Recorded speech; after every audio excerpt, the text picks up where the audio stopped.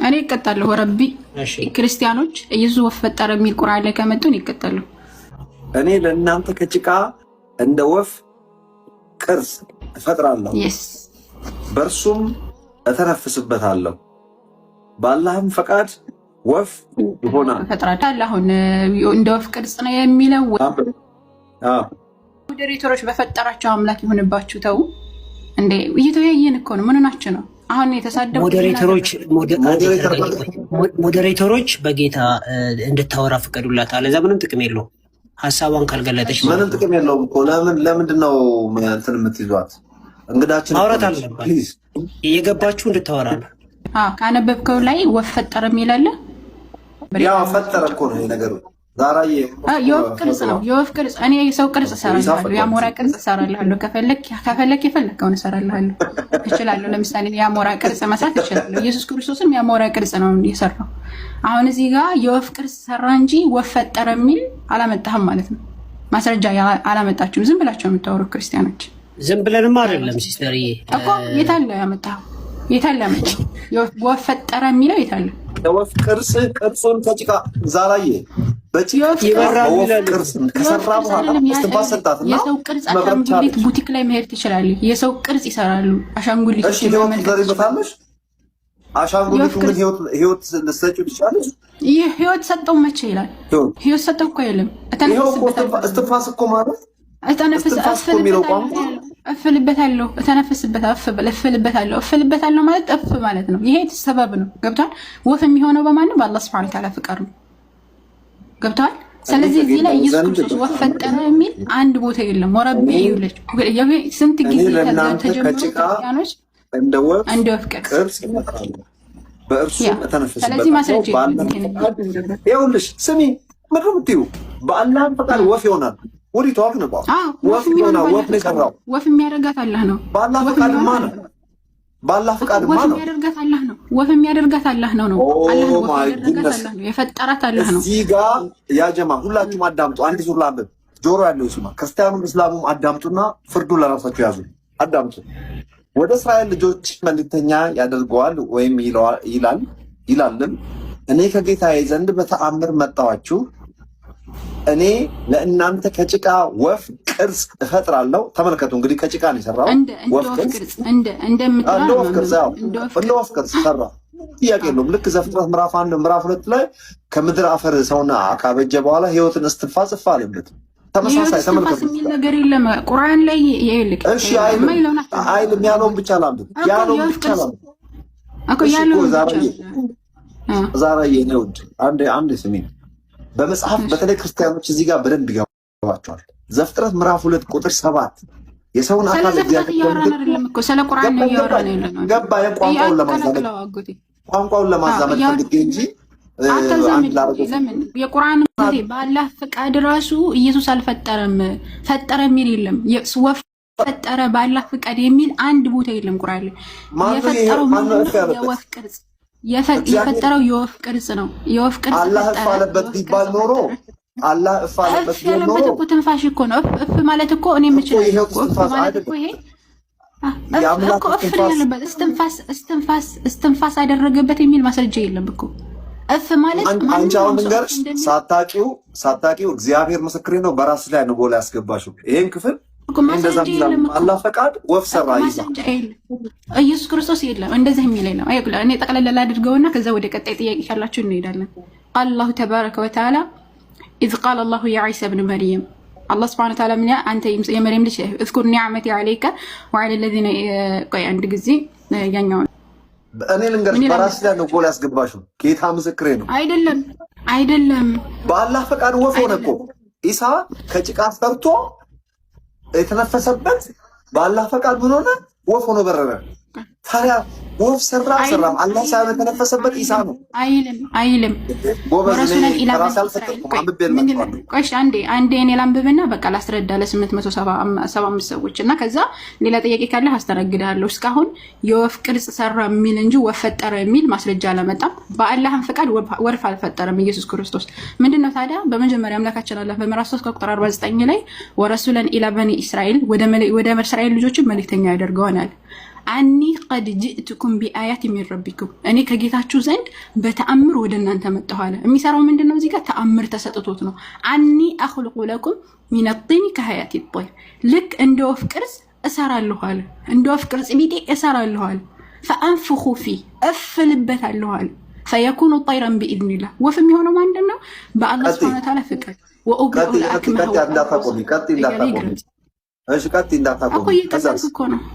እሺ ጠይረን ቢኢዝኒላህ አለ። በአላህ ሱብሓነሁ ወተዓላ ፍቃድም ወፍ ይሆናል። እዚህ ጋር ወፍ የሚሆነው በአላህ ፍቃድ ነው። በአላህ ፍቃድ ነው። አልካድኩም። በአላህ ፍቃድ ነው። አልካድኩም። እኔ አልካድኩም። በአላህ ፍቃድ አልፈጠረም። በአላህ ፍቃድ ህይወት የዘራ ሰው በተአምር ከነብይ ህይወት ዘራ የሚል ምን አሳየኝ? እሺ ህይወት ዘራ የሚል ነው ዛራ አይልም። ወፍ ቀር ነው ማን ነው? በረሽ ወፍ ወለች እኮ ነው የሚለው። ወፍ የሚበር ወፍ እኮ አይደለም። ወፍ ፈጠረ በአላህ ፍቃድ የሚለውን አሳየኝ እኮ ነው እያልኩ ያለሁት። ጎበዝ እኔ ዛራ ማንችላትን እጃሰጥኝቷ የወፍ ቅርጽ የሚታርጉና ሐሳቤን ላስተላልፍሽ እኔ።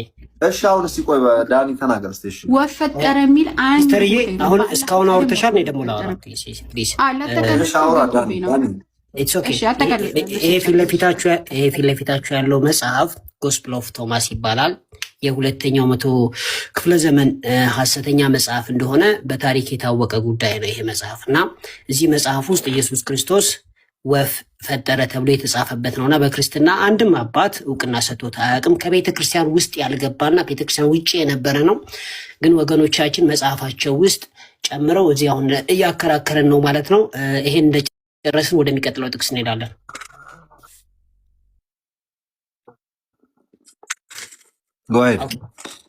ስለዚህ የሚቀጥለው ጥቅስ ምንድነው?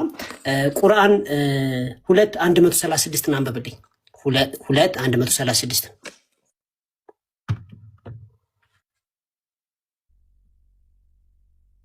አንድ ደቂቃ ወስደሽ ማጠቃለል። አሁን ለጊዜው እኔ ቁርአን ብዙም አልለመድኩም ለማንበብ። ኢትስ ኦኬ እኔ ማውጣት እችላለሁ። እሺ የገባሁት ምንድነው? አሁን ሐሳቡ ምንድነው መሰላችሁ? እየተነሳ የነበረው ቁርአን ምን ይለናል? እንትና ወገናችን ዳንኤል ወፍ ፈጥሯን ይለናል። እንደዛ የሚል ቁርአን ኢየሱስ ክርስቶስ ወፍ ፈጠረ የሚል በአላህ ፍቃድ ቢሆን ወፍ ፈጠረ የሚል ማስረጃ የለም። አንድ ማስረጃ የለም። እስካሁንም እንደተመለከታችሁት አላመጡም። ምንድነው የሚለው የቁርአን አንቀጽ? ወረሱለን ኢላ በኒ እስራኤል ወደ እስራኤል ልጆች መልእክተኛ ያደርገዋል ይላልም ማለት እኔ ከጌታዬ ዘንድ በተአምር ወደ እናንተ መጣሁ። መጀመሪያ ተአምር ተሰጥቶት ነው የመጣው። እኔ ለእናንተ ከጭቃ እንደ ወፍ ቅርጽ ፈጥራለሁ። የሚሰራው ምንድነው? የወፍ ቅርጽ ነው። እንኳን የወፍ ቅርጽ እናንተ ቡቲክ ላይ ከሄዳችሁ የሰው ቅርጽ ታያላችሁ። የአሞራ ቅርጽ፣ የፈለጋችሁትን ቅርጽ ልታገኙ ትችላላችሁ። ማንም ሰው ይሰራዋል። ግልጽ ነው። ከዛ በኋላ ምን አለ? በአላህ በእርሱም እተነፍስበታለሁ አለ፣ እፍልበታለሁ ማለት ነው። ግልጽ ነው። ይሄ ሰበቡና ያደረሰው ከዛ ምን ሆነ? በአላህ ፍቃድ ወፍ ይሆናል። ወፍ የሆነ በማን ነው? በአላህ በኢዝኒላህ፣ በአላህ ፍቃድ አለ። በአላህ ፍቃድ ውር ሆነ የተወለደ ነው። ለምጻም ሆነ እንትን ያሉትን አሽራለሁ በማለት አላህ Subhanahu Ta'ala የሰጠውን ተአምር በዚህ መልኩ ገልጿል። ከዚህ በዘለለ ኢየሱስ ክርስቶስ ወፍ ፈጠረ የሚል ነገር የለም። ሲቀጥል አሁን ይሄ የቶማስ ወንጌል ብለህ ያመጣው ምንትን መጽሐፍ እኛ እናቀውም አላየነውም ከሱ ወሰደ የሚልም አንድ ማስረጃ አላመጣም።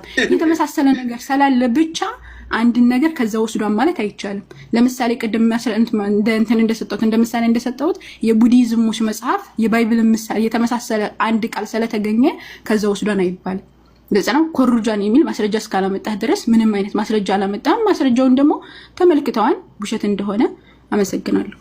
ቁርአን ሱረቱል በቀራ ምዕራፍ 2 ቁጥር 136 ላይ ቃሉ አመን ይላሉ ቢላሂ በአላህ Subhanahu Ta'ala ወማ ኡንዚለ ኢለና ወማ ኡንዚለ ኢላ ኢብራሂም ወደ ኢብራሂም በተወረደ ወኢስማኤል ወደ ኢስማኤል ወኢስሐቅ ወያዕቁብ ወላስባት ወደ ያዕቆብና ወደ ኢብራሂም ወደ ይስሐቅ ወደ ያዕቆብ በተወረደው ወማ ኡቲየ ሙሳ ወዒሳ ሙሳና ኢሳ በተሰጠው መጽሐፍ ወማ ኡቲየ ነብዩና ሚን ረቢሂም ነቢያቶችም ከጌታቸው ዘንድ በተሰጠው መጽሐፍ ላኑፈርቁ በይነ አህድ ሚንሁም ከነሱ መካከል አንድ የማንለይ ስንሆን ወነህኑ ለሁ ሙስሊሙን እኛም ለሱ ሙስሊሞች ነን በማለት እንደታዘዙ ይናገራል። ቴንክ ዩ ሚት አርጊና እኔ ሐሳቤን ገልጽና ደግሞ እንዳሁኑ ታፈርሻለሽ ማለት ነው ከተሳሳትኩኝ። አሁን ያነበበችው ትክክል ነው የተረጎመችው። ምን ይላል መሰላችሁ? በሙሴ መጽሐፍ ለኢየሱስ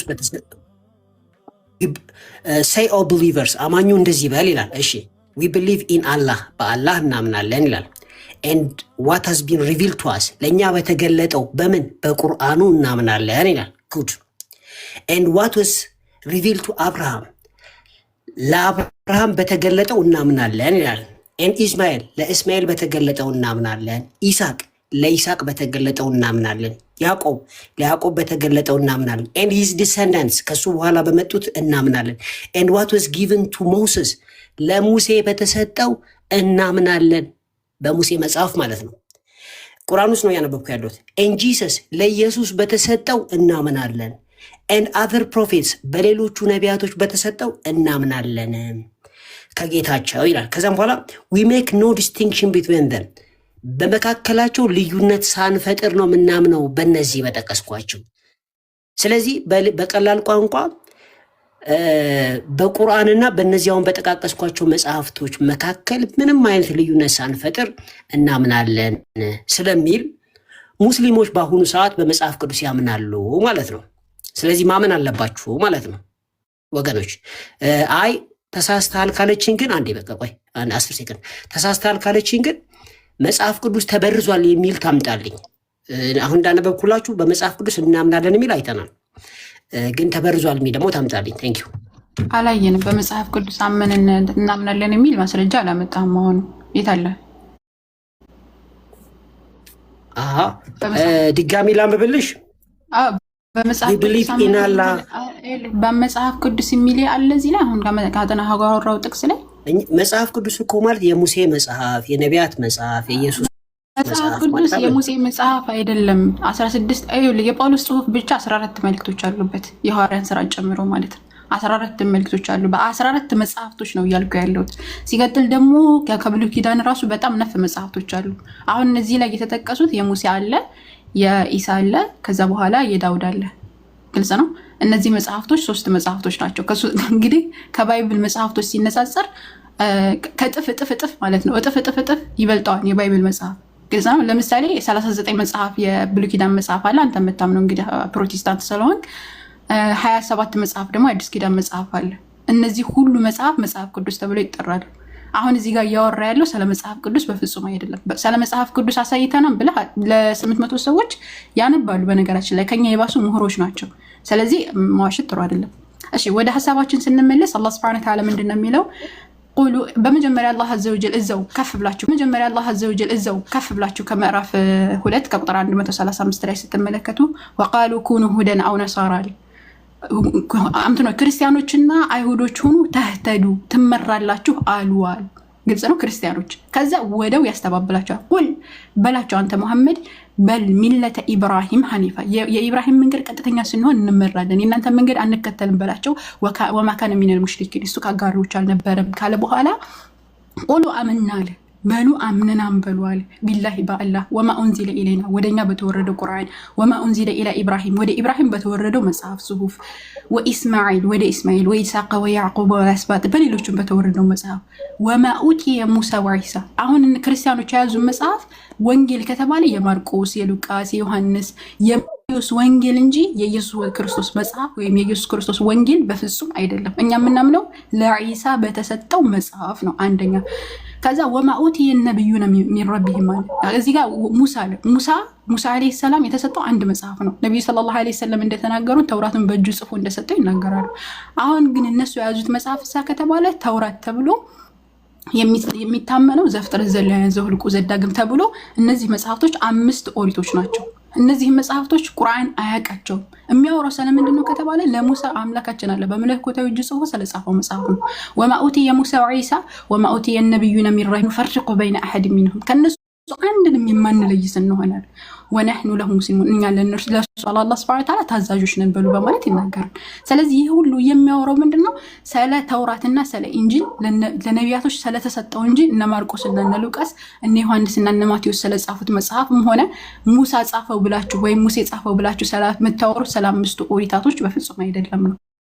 ተውራት ማለት የክርስቲያኖች መጽሐፍ አይደለም የሚል ኤንጅልስ ማለት ወንጌል አይደለም የሚል ማስረጃ ሳይ ነቢይ ሰለላሁ ዐለይሂ ወሰለም ሙሳ በመለኮታዊ እጅ ጽፎ እንደሰጣቸው ይናገራሉ። ማስረጃ ሳይኝ ሲስተርዬ። እሺ ላሳይክ። ማስረጃ ልስጠውና ከዛ እንጨርሳለን። እሺ መጽሐፍ ቅዱስ ተበርዟል የሚል ካሳየኝሽ።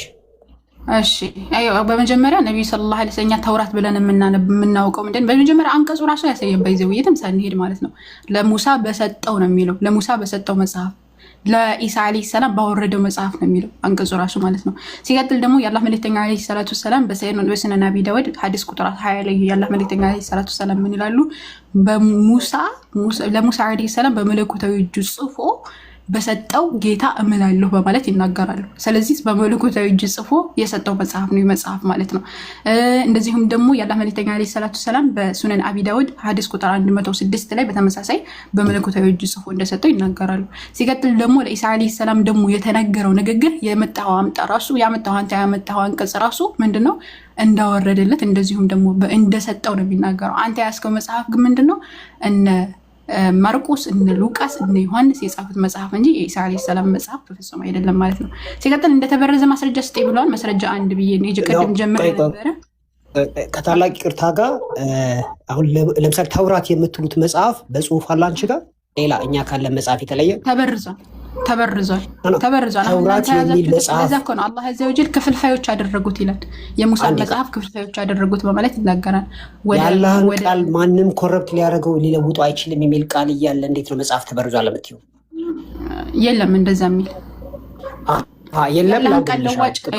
የአላህን ቃል ለዋጭ የለም የሚለው ምንድነው ከተባለ ስለ መጽሐፍ አይደለም ያን የሚያወራው ወደፊት ይሆናል ብሎ አላህ ሱብሓነሁ ወተዓላ የተናገረው ንግግር በፍጹም የሚቀር ሱራ 634 ላይ የአላህን ቃል ማንም ከማምጣትህ በፊት ይኸው መለስኩልህ። አንተ ከማምጣትህ በፊት እኔ መለስኩልህ። ቃል አላህ ተባረከ ወተዓላ አላህ ሱብሓነሁ ወተዓላ የተናገረው። ስለዚህ ተውራት የተባለ መጽሐፍ በመስጊድ ውስጥ አለ የለም? እናንተ ጋር ተበርዟን እያልኩ እኮ ነው። እንኳን እኛ ጋር አንተ ጋር ራሱ ኦሪጂናሉ የለም እኮ ነው የምልህ።